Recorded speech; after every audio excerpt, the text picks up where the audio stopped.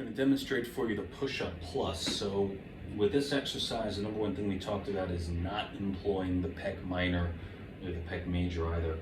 I'm on this table, so my body's at roughly a 45-degree angle. One little thing you want to make sure your patients don't kind of duck out of the exercise by backing their pelvis out like this or kind of sagging down.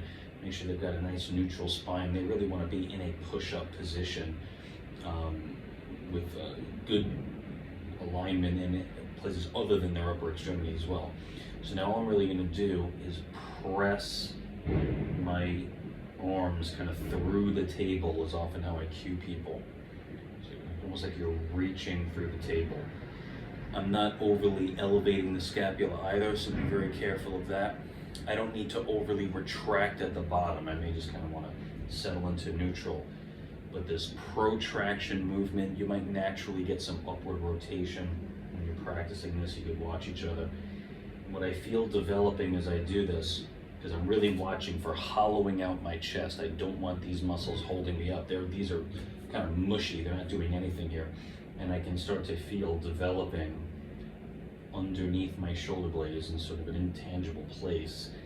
Is this burning, like a muscle's working. But again, I'm taking great care to not overly use my pecs. You can't really see this, but practice on each other this idea of hollowing out the chest, not utilizing your pec muscles at all, because we know that if your pec minor is not protracting the scapula, then the serratus anterior has to be what's doing it, which is the focus of this exercise.